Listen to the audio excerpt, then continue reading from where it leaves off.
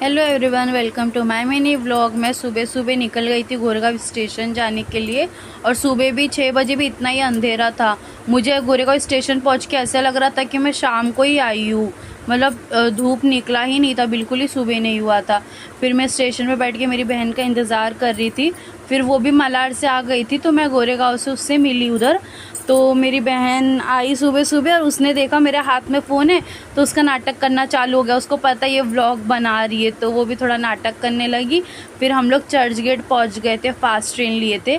फिर इतनी गर्दी में उसने अपना बैग देके गायब हो गई। तो उसकी हाइट इतनी बटली है कि दिख भी नहीं रही थी इतने लोग के बीच में कि मैं उसको कहाँ ढूंढूं।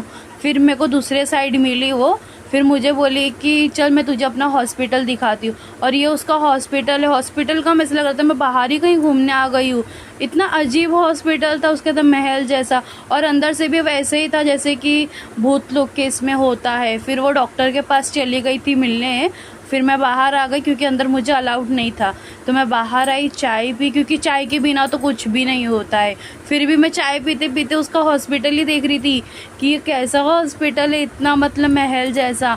और फिर मैं इंतज़ार कर रही थी, उसका भी हो गया सारा चेकअप। तो हम लोग आ गए थे चर्च गेट स्टेशन, क्योंकि उधर से नज़दीक ही था स्टेशन। और फिर मेरी बहन पूछ रही तू क्या खाएगी, आप उन कुछ खाते, ये खा ले वो खा ले। मुझे समझ में नहीं आ रहा मेरी बहन को कब से मुझसे इतना प्यार हो गया। मतलब वो इतनी कंजूस थी ना, और उस दिन पता नहीं मेरे को कैसे वो इतना कुछ खिलाने लगी। फिर हम लोग ने समोसा लिया सिंगल सिंगल। फिर वो हम लोग ट्रेन में बैठे और आ गए। तो मैं गोरेगांव अपना उतर गई थी स्टेशन और वो मलाड चली गई क्योंकि वो मलाड में रहती है। तो मैं गोरेगांव डिपो पे आके बस का इंतज़ार कर रही थी। चैनल देखो और सब्सक्राइब करो मेरा।